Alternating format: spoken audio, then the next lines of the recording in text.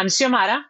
I am the mother of three boys. They're 15, 13, and 7, high school, middle school, and elementary. They are all neurospicy, as I like to call them. In other words, neurodivergent. Neurodivergence is a term that describes people whose brains learn and behave and process differently than your average person. So, say ADHD, dyslexia, dysgraphia, autism.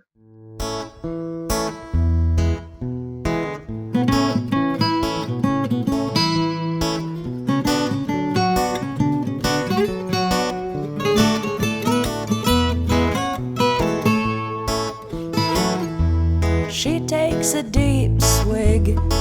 She takes a long time to write down the reasons she can't come home.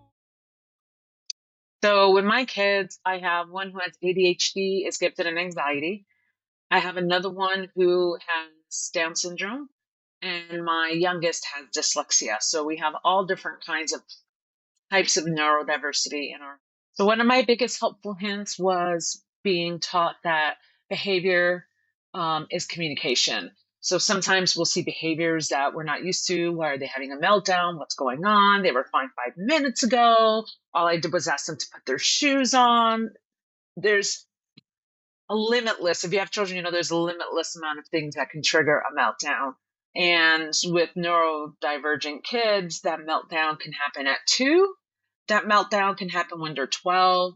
That meltdown can happen when they're 17. It just depends on what the trigger is and how overwhelmed or overstimulated they are by those feelings.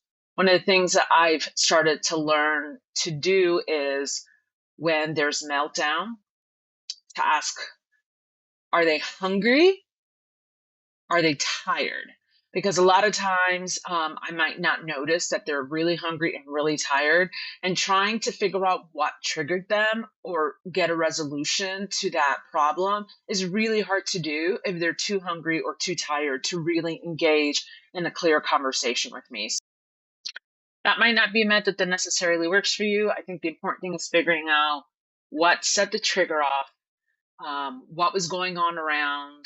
Were you rushed and upset and pushing them out the door and they were upset about that? Were they hungry? Were they tired? Were they overwhelmed? Were they overstimulated? There's always a reason.